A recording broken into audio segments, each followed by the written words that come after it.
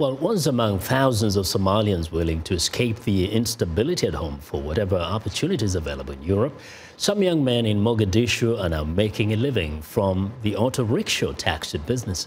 One of them is Ahmed Abukar, who not only makes enough money for his family, but has found a good reason to remain in his country. Take a look at this report from Channels Television. If you want to move around Mogadishu or any other big city in Somalia, the cheapest way to do so is to get one of these. The auto-rickshaw taxis, locally known as bajajas, enjoys good patronage. Ahmed Abukar, one of the numerous operators, is happy he joined the business after he abandoned plans to move to Europe. He wanted to follow the path millions of migrants from Africa, Asia and the Arab world take in search of a better life, but changed his mind at the last minute. I wanted to go to Europe and become an immigrant after seeing beautiful photos from my friends already there. But when I looked at the journey and how dangerous it was, and the money I had saved was not enough, I said no.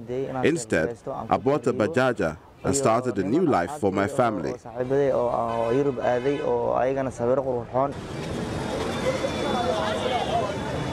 As Somalia recovers from decades of conflict, its Western-backed government is working to rebuild the nation, but it is still battling an Islamist insurgency. A few years ago, there were hardly any auto-rickshaws in Somalia. Today, they are everywhere, maneuvering between private cars and other public transport vehicles. The taxi business has become a symbol of Somalia's efforts to recover from conflict, as many young men opt for the livelihood it offers. Bajajas are cheaper than other taxis. I take one from Medina to Waberi. That's about 5 kilometers, and that costs us $1. I always use them as a necessary service every day, and I do not have to pay a lot of money. Since 1991, the Horn of Africa nation has been in crisis and at the mercy of clan militias as well as Al-Qaeda-linked Al-Shabaab. Add hunger and maritime piracy to the list. But for Abukar, one thing needs to be tackled, and quickly too. The main obstacles I face are explosions and roadblocks in the streets of Mogadishu. Some of my friends lost their lives and their bajajas were destroyed.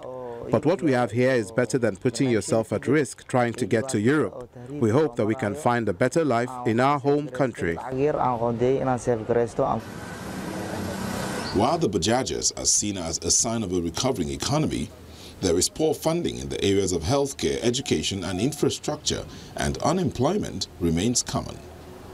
Abukar explains that he makes just enough money to care for his family and sponsor his younger siblings, but the business reinforces his decision to stay back in Somalia despite the odds. Working